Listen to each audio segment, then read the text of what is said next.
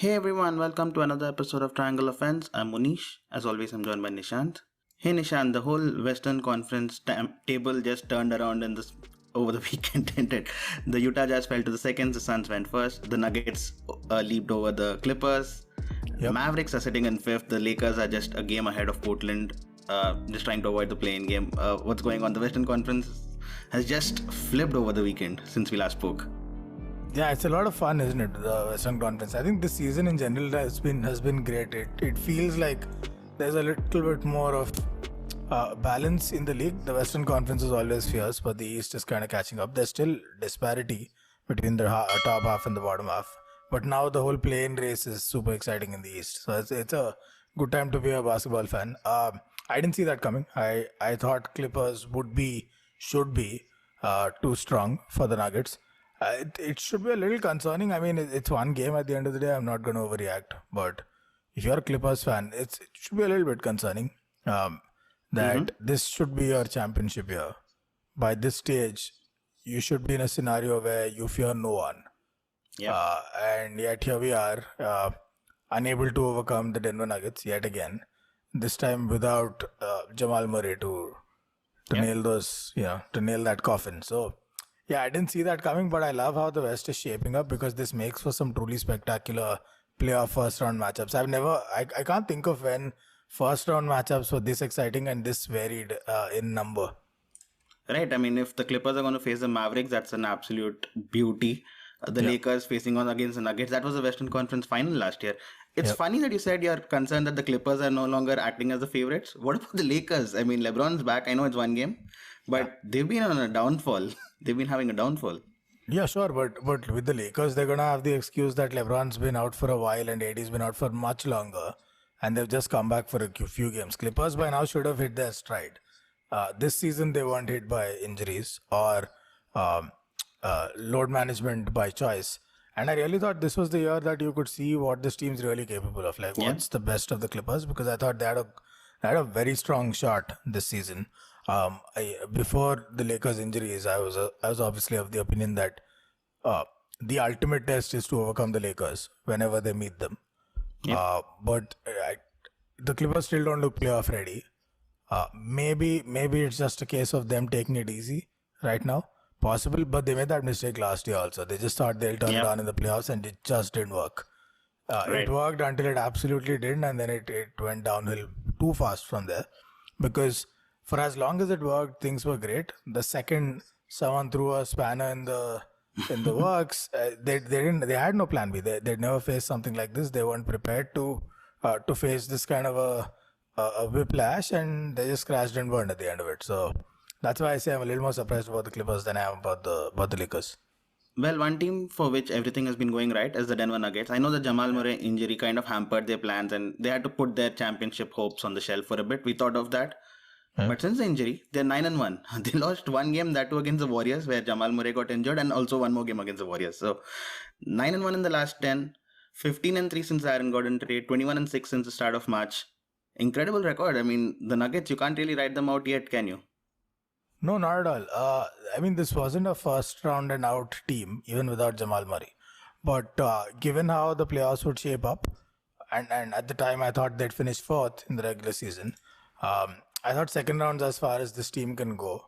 Because it's not just Jamal Murray, right? Picking the Nuggets was a stretch, even with Jamal Murray on the court. Because they're a bit like the Brooklyn Nets. It's an insanely good offense, but very poor defense. Which it's been improving, but it's not like championship caliber or anywhere close yet.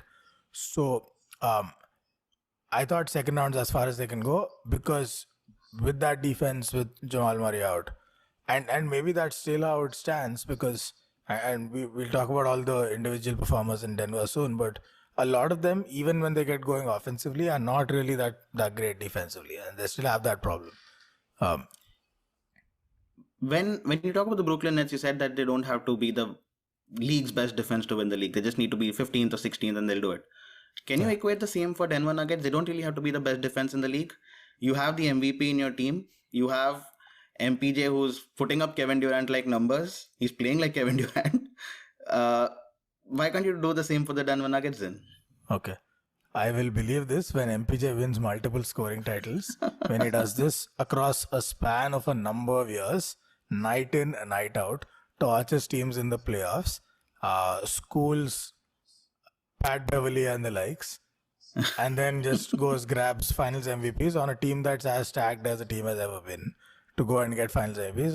When he does all that, let's have the Kevin Durant talk. I get the similarities, but we made the same argument earlier about the Phoenix Suns, right? About first timers and about not having that level of experience. With the Brooklyn Nets, it's not just that on paper they're a very impressive offense, because on paper the Denver Nuggets match up pretty well. They're probably better right now on paper. Just the numbers. But we've all watched Kyrie Irving play. We've all watched Kevin Durant play. We've watched James Harden play. The only doubt was how will the chemistry work? Because usually teams like these, they kind of implode and they fall apart. Well, so far so good. Even with Kyrie, so far so good. James Harden has really blown my mind. Minus the injury, I'd have really said he's the MVP. And I think I did say it on the show. For the way he adapted. That is a team I'm willing to put money on, because it's not just on paper. It's not just the offense is so good. The players have a cachet. You know what they're capable of.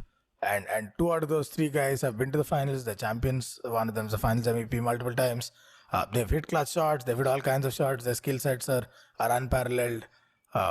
It's going to take... With Jokic, you can take some of those assists away if you defend the team well. If you limit his options and if you make them take contested shots, and you can take some of that away. What do you do to Kevin Durant? What do you do to Kyrie? Outside, inside, at the rim, what do you do to him? James Harden, maybe you can do a little bit to him, but he's going to draw a foul. He's going to hit that shot anyway, and then he'll make you pay at the line. It's really... And that's why you kind of go for the Brooklyn Nets, right? Because they don't need each other. They play very well. Any one of those guys can just go ISO and seal the game. None of the Nuggets can do that. None of them. Not one player on the team can do that. On the Nuggets, Jokic is the MVP. He is the alpha guy. He's the guy that everyone looks to pass the ball, and then he dishes out those assists, right? And we had Jamal Murray, and we saw it in the bubble last season. He was kind of going to that level the season before the unfortunate injury. But now Michael Porter Jr. has taken over that role of the number 2 guy. Has he? I mean, when Jamal Murray comes back, I don't think he's no longer the second guy on the team. I think MPJ has just risen to another level. He's averaging 25, 26 points a game, 7, 8 rebounds. He's shooting from 3. He's shooting 48% from 3 since the Jamal Murray injury, and 44% over the season itself.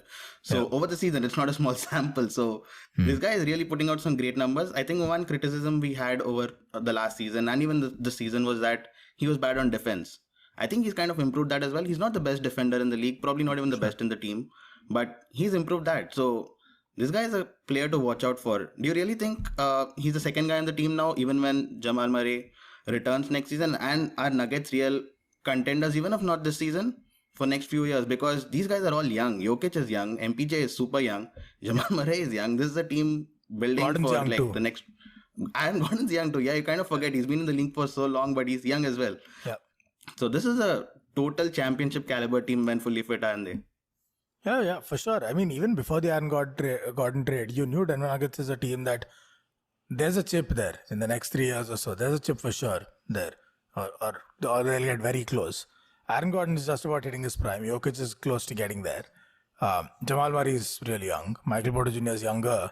Will he be the number 2 guy after Jamal Murray comes back? It's premature. It will be premature to conclude that, and it won't be a conclusion that's found entirely in evidence. There'll be some amount of speculation and hyperbole there, because and it's a bit like last season when people said after TJ Warren went off in the bubble, is he now firmly their number 1 or number 2, whatever, depending on where you put Sabonis, above Oladipo? No, he had a good bubble. Oladipo's been doing this for years now. I would like to see some consistency, especially in the postseason, before we start writing these poems and singing their praises. But we spoke about this about Michael Porter Jr. last season, and everyone did in the bubble. People sat up and took notice. And there were 3 guys that really went off in the bubble that people really didn't even know existed before. TJ Warren, Michael Porter Jr. and Gary Trent Jr. for Portland. Oh yeah. Like these were the standout, just sharp shooters. Zero conscience. They get the ball touches their fingertips, it's popping off. There's no pass, no guilt whatsoever. Michael Porter Jr. has one of the sweetest strokes in basketball. short of the Splash Brothers. I legit think he can get someday to that Kevin Durant type of shooting prowess. He's got to pick up some defense, but he's so young. Like at this stage, you can't even criticize his defense because most players at that age aren't very good at defense. It's not something that like NBA defense is light years ahead of college basketball defense. So they don't really have training yet. This is like learning from scratch. It's a paradigm shift. So future-wise, is he good? Yeah, he's great. But this season, is that good enough for the Nuggets? I don't think the defense is there. And there's another point about the Nuggets. All of these assists and scoring that they do, a lot of the Nuggets scoring happens to be inside scoring, right? They're below average in the league at 3 attempts. Kind of average at number of threes made per game, though they shoot it at a high percentage. And they're like top 5 or top 6 in that. Which means a lot of their points are coming mid-range and in the pin. Now, that'll change with MPJ a bit because he stretches the floor. And a lot of those paint points were also Gordon slashing to the rim and Will Barton and whoever else they played in the paint. And Jokic himself, of course. The problem is, this is a threes win you the game kind of league now. We're firmly there. And in the West, you'll have a bunch of teams that are going to do this to you. Portland, that's how they play. Except the Lakers. Even the Clippers, when they choose to, can really pop off from 3. Golden State, if they get there, they'll do that. Mavs have shooters across the floor. So that's a slight concern in the playoffs because if the other team starts hitting threes, they add up over time and it puts a little pressure on you and you've got to step up and a couple of missed shots and now the pressure is building. That's how playoffs work. The second thing is, it's not supplemented very well by free throw shooting either. They're one of the worst in the league at going to the line. Forget making the shots, just going to the line. Yeah. That's a problem. So then your entire game plan is mid-range and point scoring. Right. People can figure that out. People can pick that apart. Someone like a Ty Lue in Los Angeles with at his disposal Boogie Cousins and Paul George and Kawhi Leonard, they can clamp down real hard on this style of gameplay. Can they adapt? Maybe. I'd love to see it. You know how much I love Coach Malone in Denver. He's one of the best at adapting on the fly. I'd love to see that happen because they don't go to the line nearly as often as they should and they don't shoot too many threes. But they shoot at a good percentage. Something they have in common with Utah also. Both very high percentage shooting, but not in the upper echelon in terms of attempts. That's something I'd love to see. So this on the offense, like this slight drawback, because in the playoffs you can guard against this. And their lack of defense, I don't think this is their year. Even with MPJ doing whatever he is, I don't think this is their year. I'd be amazed if MPJ proves anyone who's doubting them wrong. All right then. So what's your pick for the Nuggets? Do you think they can, given that they face the Clippers in the second round, if everything goes to plan, and that they get the Mavs, they beat the Mavs, then they face the Clippers in the second round, would you bet them?